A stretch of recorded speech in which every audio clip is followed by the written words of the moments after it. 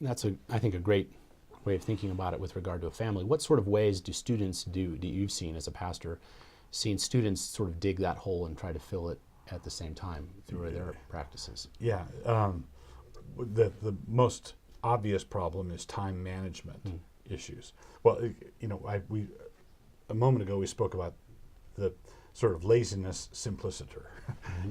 The test comes up and the student hasn't cracked a book or haven't done anything. That's one kind of problem, but that's generally not the norm. What's generally the norm is students are disciplined enough to do the work, but they do it in fits and starts, and they ironically wind up doing more work when they're doing it in fits and starts, instead of doing a certain amount, pacing themselves, disciplining themselves, carving out a spot where they plod and let it accumulate. Do something a little bit every day, instead of having work hard, play hard. If they play hard Monday through Wednesday and then pull a couple of all-nighters and turn the paper in, well, that's work hard, play hard, but it's not balanced. It's not proportioned. It's not an artwork. One of the aesthetic principles is symmetry, beauty, balance, and that's the kind of thing that you want. There's a time for this, like Ecclesiastes says, a time to plant, a time to harvest. And that's how I would say do a little bit of everything. Sure. Every day. Yeah. Socialize with your friends every day. Relax at the end of the day every day. Work hard every day, instead of clustering it like you've got a 3-day vacation and then a 2-day intensive.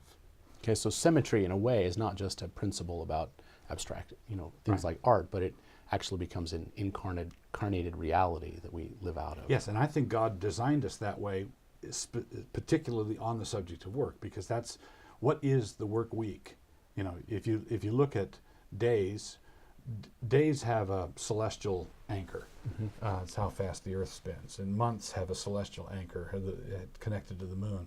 Years have a celestial anchor connected to the sun. The week has no celestial anchor at all. 7 days. Why 7?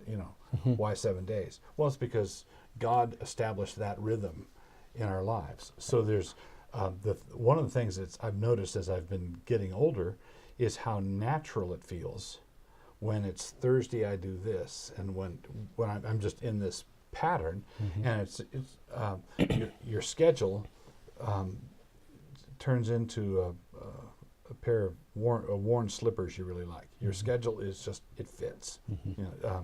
And I think there's a symmetry and a beauty and a balance in that if you're bored with it, you're going to want to dash off after various excitements. But if you understand what's going on, it's not boring at all. Sure.